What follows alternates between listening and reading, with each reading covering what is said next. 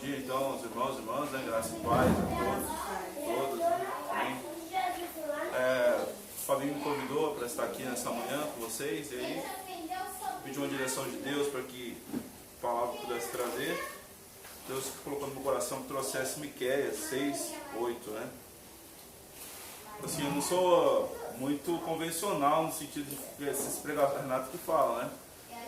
Não chamo isso para pregar em aniversário, comemoração, dia dos pais, porque geralmente é uma palavra de exortação, que não tem nada a ver com o tema, né? Eu falo, não tem culpa, né? Eu peço uma direção, porque às vezes é nessas oportunidades que Deus quer falar com as pessoas, né? E a gente não fica aí, né? Ontem mesmo eu estava ministrando à noite na igreja, e o tema lá era extraordinários, alguma coisa nesse sentido, né? E a palavra que Deus tinha colocado no meu coração não era bem aquilo que talvez aquela juventude queria ouvir. Mas eu fico feliz porque quando no fim eu fiz o apelo, algumas pessoas estavam à frente, umas estavam quebrantadas, outras estavam recebendo de fato a palavra. Então eu penso, o objetivo do Senhor foi cumprido, né?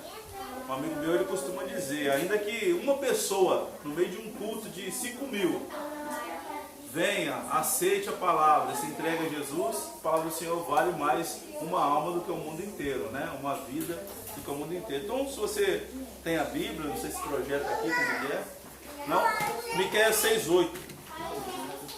Profeta Miqueias 6:8. Na minha Bíblia vai ser 615. Não sei.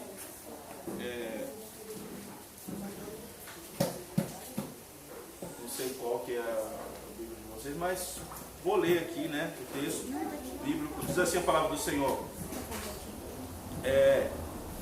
Ele te declarou, homem, o que é bom e que é o que o Senhor pede de ti, que pratiques a justiça, que ames a misericórdia e andes humildemente com o teu Deus. Amém? Que Deus nos abençoe então nessa palavra, que Deus venha falar no nosso coração. Irmãos, a palavra do Senhor, ela está aqui trazendo um contexto para nós, um contexto bélico que estava acontecendo ali, não somente em Israel, mas ali os povos do Oriente, em torno do século VIII ali, algumas potências estavam surgindo para dominar aquela região ali, chamada do Crescente Fértil, né? Que é Egito, Israel, povos estavam em expansão. Então, tinham povos que estavam dominando ali os reinos de Israel. Então, para a gente entrar nessa questão, e eu já vou chegar no contexto aqui, nós precisamos entender que Israel passou um período, ela foi dividida em dois reinos, reino do norte e reino do sul, e que o reino do norte estava fazendo uma aliança, inclusive, para deter a expansão da Síria, e o rei do sul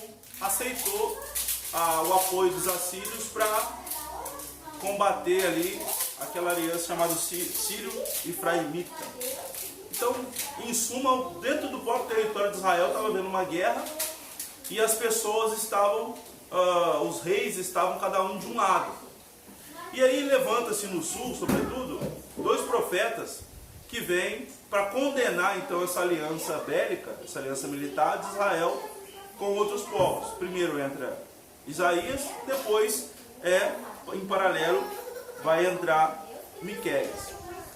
E aí eu vou fazer um paralelo aqui, eu vou fazer uma fala aqui, que a gente precisa também entender que muitas vezes a gente precisa estar antenado no que acontece no nosso Brasil. E acredito que a igreja ela tem que ter uma certa independência político-ideológica para ela poder profetizar contra desmandos de governos, de políticos, e ela não pode, de fato, de forma alguma, levantar uma bandeira apoiando um A ou B. Ela tem que ter a sua autonomia. Por quê? Porque na hora de profetizar e condenar essas alianças, ela tem isonomia para fazer isso.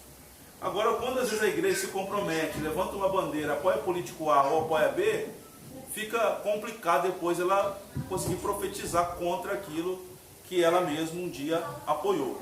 E é o que estava acontecendo aqui. O povo estava sofrendo por conta de uma aliança.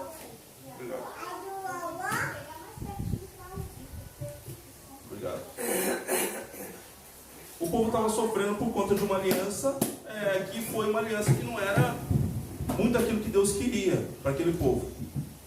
E aí levanta o profeta para dizer assim, olha gente, o nosso problema está em algumas situações. Então, em primeiro lugar, teologicamente explicando, ele quer dizer o seguinte, em primeiro lugar,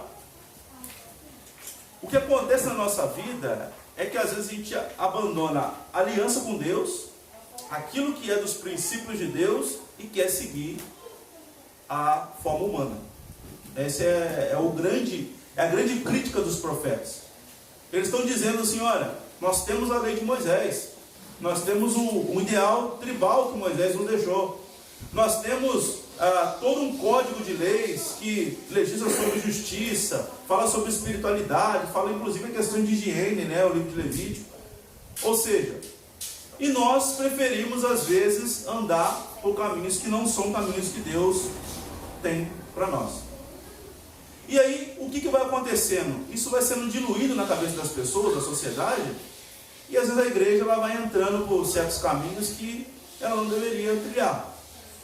A igreja ela tem que ser sal e luz, as pessoas têm que ser pessoas que fazem o bem, que brigam por algumas coisas, que algumas vezes a gente vê que não é bem assim. Então, quando o profeta ele entra na presença do Senhor e vê toda aquela situação caótica que estava em Israel, a política do rei, o povo sofrendo, as pessoas sem referencial, aí ele começa e fala assim, olha, ele te declarou o que é bom. Então, o que é bom? O que Deus espera de nós? A pergunta é essa. O que Deus espera de mim? O que Deus ele espera da minha vida? Então, em primeiro lugar, ele diz aqui, que pratiques a justiça. Em primeiro lugar, Deus espera de nós como cristãos, como igreja, como pessoas que têm a palavra de Deus no coração, que nós pratiquemos a justiça, que nós sejamos pessoas justas, que a nossa vida se paute por esse valor, pela justiça. E nós estamos dentro de um sistema injusto, um sistema capitalista, ele é um sistema injusto, e ele trata as pessoas com desigualdade. Nem sempre a pessoa que faz mais, que tem mais importância, ela é remunerada à altura do que ela faz. E nem sempre a pessoa que ganha muito, ela faz jus ao que ganha. Nós estamos dentro de um sistema injusto. A lógica do nosso mundo é uma lógica injusta. A lógica do mercado de trabalho é uma lógica injusta. A lógica da sociedade é uma lógica injusta. E Deus fala assim, olha, nós, em primeiro lugar, temos que voltar a praticar a justiça. E a justiça que ele está querendo dizer aqui, em primeiro lugar, é uma justiça social mesmo. É assistir aquelas pessoas que não podem, na maneira que elas tenham ter dignidade. E também é uma justiça no sentido de olhar para situações e não se conformar. Olhar para situações e não se conformar.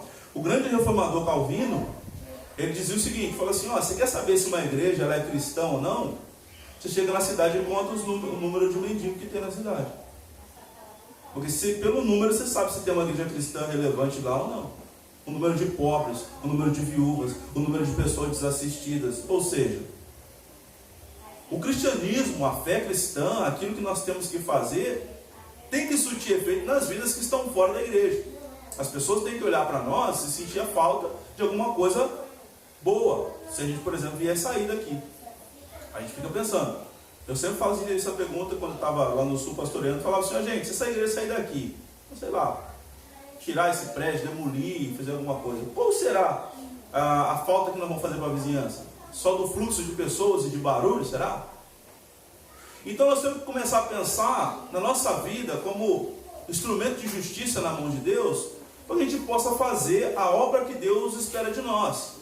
E aí ele fala da justiça do órfão, da viúva, ele fala a justiça diante das situações, diante do sistema, e ele começa a pensar e a dizer para aquelas pessoas, olhando para a lei de Deus, sobretudo para Deuteronômio, lá capítulo 12 ao 26, que fala da justiça social de Israel, qual é a função do templo, qual é o destinatário daqueles dízimos para a viúva, para o órfão, para o estrangeiro, como a gente trata essas pessoas no nosso meio. E como a gente é nas nossas relações, até mesmo dentro da nossa casa. Porque a gente às vezes foca no macro, não, pobre, é viúva, estrangeiro, mas como que você age dentro da sua casa com a sua esposa, seus filhos, sogro, sogra, parente? A nossa vida é uma vida que é pautada na justiça. E o que vem a ser a justiça, então? A palavra do Senhor. A palavra justiça, em outras traduções, né, ela é colocar as suas coisas nos devidos, colocar a coisa no seu devido lugar, segundo não a ótica nossa, mas segundo a ótica de Deus. A gente tem que sempre olhar e falar assim, tem um livro, né, Em Seus Passos que Farei Jesus. A gente tem que olhar uma situação e dizer, o que o Senhor faria nessa situação? Como que a Bíblia orienta nessa situação? O que a Bíblia orientaria em tal situação? Porque, irmãos e irmãs, a gente às vezes tem uma tendência de reproduzir a cultura nossa e a maneira que a gente pensa em Deus. E aí não fica um Deus segundo a Bíblia, fica um Deus segundo o que eu penso, segundo o que eu acho, segundo o que eu aprendi, segundo a ideia que um dia me passaram, mas não segundo o que a Escritura às vezes diz. Aí vai criando imagens de Deus que às vezes não é aquilo que Deus é. Às vezes você vem de uma cultura preconceituosa, machista, opressora. A tendência de você criar uma ideia de Deus assim é muito grande. E aí a gente passa para as pessoas uma ideia de um Deus assim. Aí, do outro lado, uma cultura liberal, uma cultura mais light, uma cultura que mais progressista, aí você passa uma ideia também de um Deus assim. Mas, entre várias interpretações e várias questões, o que a Escritura fala sobre isso? Deus, ele quer ser achado naquilo que ele deixou para ser achado, não naquilo que a gente acha. Ah, não, mas eu acho. Ah, não, mas eu penso. Ah, não, mas as pessoas pensam. Então, aí a gente vive às vezes uma igreja baseada nos achismos dos outros. Ah, não vou pintar a parede de preto porque as pessoas podem pensar que é uma boate. Ah, não vou fazer isso porque as pessoas podem pensar, e a gente esquece de olhar o que a Bíblia diz e o que Deus tem a ver com isso. Então, primeiro, ele pede uma vida que prime pela justiça, em todos os seus sentidos, social, nas micro-relações, do lar, da família, etc. e tal.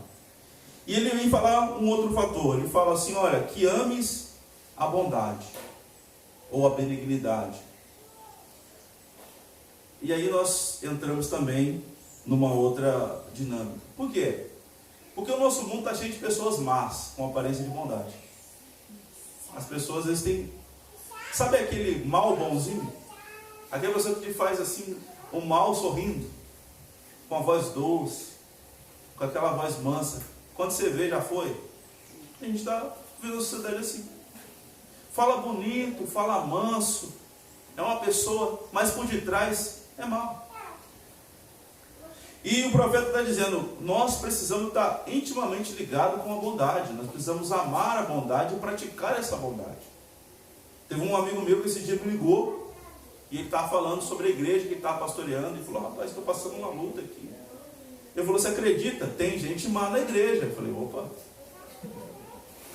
Rapaz, o povo aqui é maldoso. Eu falei, opa. Ele falou, eu estou ganhando tanto, já me tiraram tanto, eu tenho que pensar para pagar, eu tenho que não sei o que, eu tenho que fazer isso, aquilo, outro. E o povo quer arrancar meu couro. Não está nem aí. E aí, irmãos, aí eu volto àquilo que eu estava dizendo, em relação à lógica que a gente vive.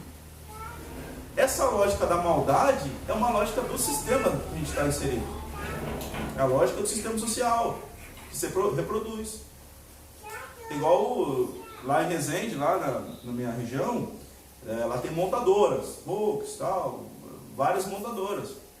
Então, às vezes o cara é mandado embora, no outro dia já contratou outro. É uma peça de reposição somente. Não tem nenhuma consideração. Aí entra depois pelo INSS, joga para fora, aí fica aquela luta. Para fora, para dentro, o cara diminui o salário, não sei quanto. Aí não pensa que ele tem uma família para cuidar, que ele tem filho, que ele fez uma prestação, que ele comprou de repente uma casa financiada, não está nem aí.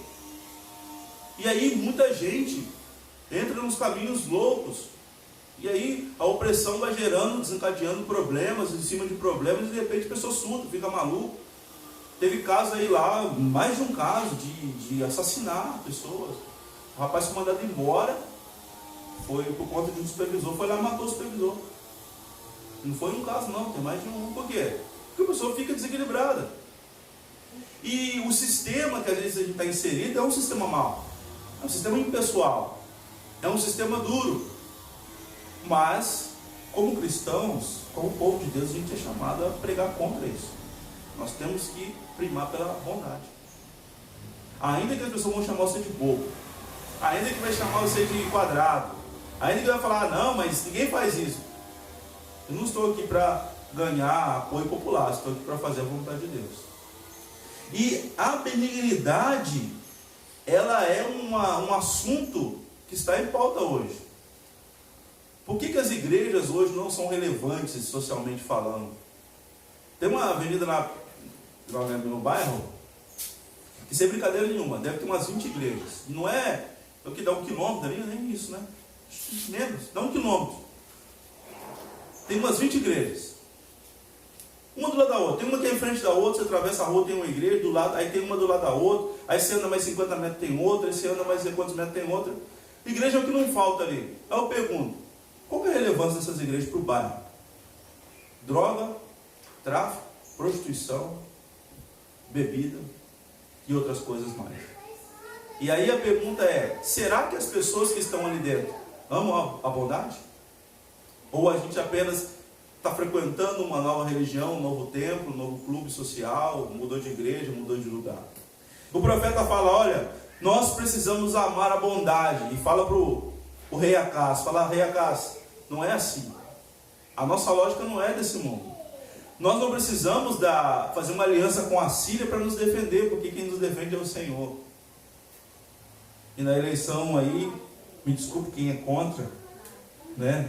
Eu não entendo dessa maneira, mas você também tem a liberdade de você aceitar o que eu estou falando aqui ou não. Mas eu vi cristãos defendendo porte de arma, e a gente andar armado. Eu vi gente falar isso dentro da igreja. Eu vi pastores dizer que a solução para a violência no Brasil é amar o cidadão de bem. E aí a palavra do Senhor vem dizer, fala assim, não é isso. Não é esse tipo de paz que vai transformar a sociedade. A paz que nós precisamos é de pessoas que promovam o bem. Que cada cidadão de bem que tem disposição para comprar uma arma, seja alguém relevante na sociedade. Invista em curso para um jovem. Se empenhe em fazer o bem para as pessoas. Se empenhe em ser um pai melhor, um marido melhor. De ser contra a violência doméstica. De ser contra a opressão em relação à mulher. De ser contra a violência contra a criança. E por aí vai. Porque não é dessa maneira que a gente vai. A sociedade nossa está muito no paliativo. Ah, não faz então isso. Ah, não faz isso, então prende. Ah, não faz isso, então mata. E não muda. E o profeta vem dizer, essa política não é nossa. Essa é uma política alheia a nós, estranha à nossa existência. Essa é a política do império. E nós somos contra o império. Porque nós somos do reino. A política do império é diferente da política do reino. A política do império é dominar. A política do império é mandar. A política do império é oprimir. Enquanto a política do reino é amar, servir, doar e compartilhar. Estamos diante de duas propostas que são antagônicas, mas que para muita gente está no mesmo caminho. E não está. Precisamos de pessoas que promovam a bondade. Que promovam e que amem aquilo que faço. Esses tempos eu estava trabalhando com vendas e eu fui falar com um pastor e ele falou assim, olha, você vem aqui na minha igreja que eu vou te ajudar. Eu falei, beleza, uma igreja significativa. Ele falou, vou te dar uma oportunidade, você vai falar lá, eu estava vendendo plano funerário, você vai falar lá na igreja e tal, e as pessoas vão... E aí eu marquei com ele, falei, ó, De repente, se for algo que não dá para fazer, beleza, a gente vê numa outra oportunidade. Aí ele me chamou, fui lá, fiquei sentado, ele estava esquecendo já que eu estava ali. Aí no final ele me chamou, falou lá na frente, o irmão está aqui e ele vai falar com vocês, aí depois ele fala. E acabou que eu não falei, não consegui falar com as pessoas e fui embora. E eu fui até um pouco chateado, porque eu falei assim, era mais fácil ele falar que não dava, né? Não ia lá perder meu tempo lá e fica lá. E eu comentei isso com outro rapaz, que também é pastor, ele falou assim, sabe o que isso para mim demonstra, Luiz? A falta de caráter das nossas lideranças. Porque se esse pastor fosse um homem com coração bom, isso aí ele dizendo, sou eu que falei, ele te chamaria na frente, abraçaria e falou assim, aqui está o nosso irmão, ele é irmão nosso, ele está passando uma dificuldade aí, ele está vendendo, vamos ajudar, irmão, vamos abraçar, se você pode indicar alguém, ele te chamaria na frente e falaria, não, eu mesmo vou indicar 3, 4 pessoas para te ajudar. Mas não, aparência de bondade, mas no fundo não é bom. A bondade que Deus espera de nós não é essa bondade que às vezes a gente fala, né? Porque a gente fala assim, o crente é mentiroso. Mas às vezes sim. É mesmo? É. Não tem aquela pessoa que está passando dificuldade e fala com você assim, olha, estou passando uma luta, você fala assim, eu vou orar por você e não ora nada? Quanta gente, você nunca fez isso? Eu já fiz. Não, deixa que eu vou orar por você. Mentira, esquece, 2 minutos, acabou. Mas o que Deus espera de nós é que sejamos pessoas que tenham bondade no coração e falam, não, vamos orar agora aqui. Vamos parar o que estão fazendo, vamos abençoar, vamos fazer, vamos ir para cima. É isso que Deus espera de nós. Porque esse tipo de espiritualidade, esse tipo de igreja, é o que às vezes gera nas pessoas uma antipatia em relação ao Evangelho. Porque é só de boca. Vou orar de boca, eu amo de boca para fora. Um rapaz escreveu esses dias, até eu estava vendo no Facebook, ele falou assim, quando você escreveu uma frase do tipo assim, não lembro a frase inteira, mas assim, quando você pergunta para uma pessoa se ela quer ajuda, não faça isso se você não está disposto a ajudar. Quando você pergunta a uma pessoa como ela está, esteja disposto a ouvir e ajudar. Do contrário, você não pergunta. E o profeta está falando, gente, nós precisamos ter nosso prisma na justiça. Nós precisamos amar a bondade. E por fim, nós precisamos ter uma vida espiritual relevante. Andar humildemente com Deus. E aqui é interessante, porque ele não fala assim, falar com Deus. Ele não fala orar a Deus. Ele não fala ir ao templo de Deus. Ele não fala estudar a palavra de Deus. Ele não fala ficar ouvindo pregação. Ele não fala ficar cantando louvor. Ele não fala algo diferente. Ele diz andar humildemente com Deus. Uma vida cristã relevante. Uma vida que tenha Deus como companheiro. E aí às vezes o andar com Deus, irmãos, às vezes o andar com Deus é tão forte que você não precisa nem falar de Deus. A pessoa entende que você está andando com Deus. A pessoa chega em você e fala, você tem algo diferente. Eu vejo em você algo diferente. Porque a gente precisa, a gente está num tempo, eu acredito que daqui a alguns anos, aí, uns 10, 20 anos, a gente vai ver essa igreja. Diferente daquilo que a gente já viu no passado. Porque eu ainda sou do tempo do Jesus te ama. A pregação não era Jesus te ama e entregar um folheto. Jesus te ama e entregar um folheto. Jesus te ama e entregar um folheto. Talvez isso lá nos anos 80, 90 era o top que existia, mas hoje não adianta mais. Hoje, se chegar a pessoa Jesus te ama, não vai mudar nada. Então nós estamos num tempo hoje das pessoas olharem para nós e enxergarem Deus na nossa vida. E aí sim a gente vai falar, Jesus te ama. Porque tem muita gente falando que Jesus ama, mas ela não ama. A igreja não ama. A vida dela não fala desse Jesus que ela está falando. E aí nós precisamos voltar para as Escrituras e dar um mergulho na palavra de Deus e entender o que o profeta está dizendo. Fala, gente, nós precisamos andar com Deus. E não é só no templo, é na nossa vida.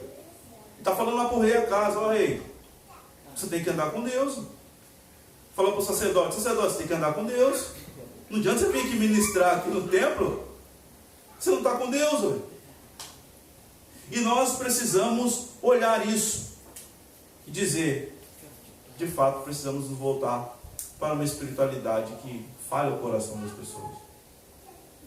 Nossas atitudes, na nossa caminhada, você ser justo na sua profissão, você ser honesto, né? A gente estava fazendo uma obra lá, e aí o pedreiro lá e tal, aí a gente conversa, o pedreiro honesto é escassez no mercado, né?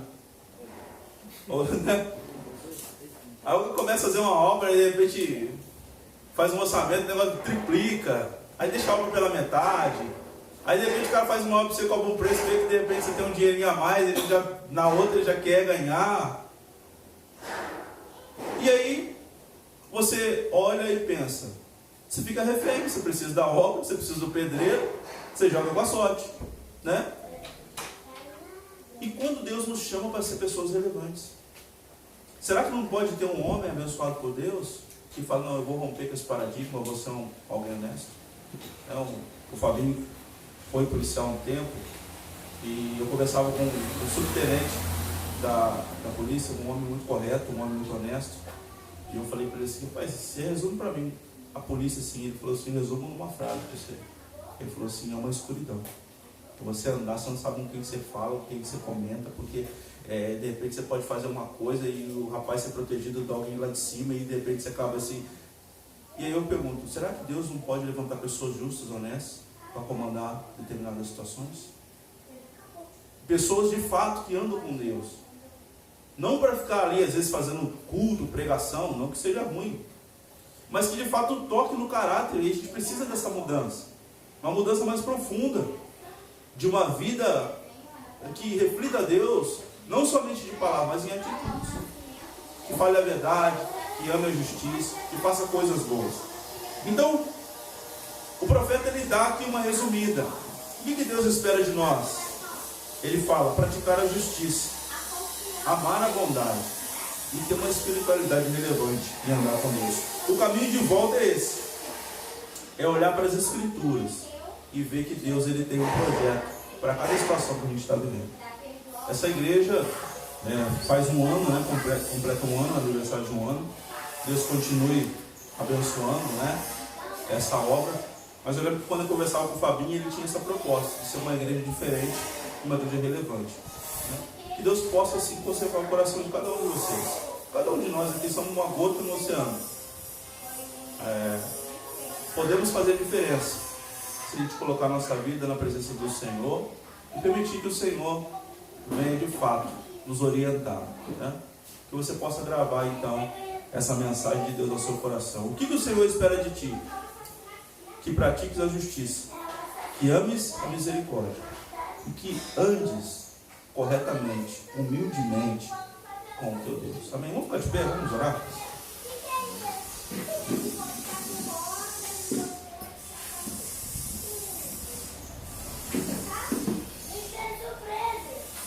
Senhor, nós te damos graças nessa manhã, porque o Senhor é Deus que fala conosco. É verdade. Senhor, às vezes não é o Deus que fala aquilo que nós queremos ouvir, ou que nosso coração se alegraria em ouvir, mas aquilo que o Senhor tem para nós de fato. Há pessoas aqui, Senhor, que precisam de fato de uma mudança. Há pessoas aqui que precisam de fato de um despertamento. Mas não sou eu que farei isso, e nem a minha palavra, mas somente o Senhor pode. Que de fato, Senhor, possamos pensar nisso, praticar a justiça, amar a bondade, Senhor, e andar contigo humildemente, corretamente, de coração aberto. Que a nossa vida seja uma vida cristã relevante. Que essa igreja seja uma igreja relevante. E que o Senhor, ó Pai, possa cumprir em nós aquilo que o Senhor tem para nós. É assim que nós queremos orar, Senhor. E nós queremos te agradecer por tudo. No nome santo do Senhor Jesus, que nós assim fazemos e te agradecemos. Amém. E graças a Deus. Amém. Deus nos abençoe poderosamente nessa manhã.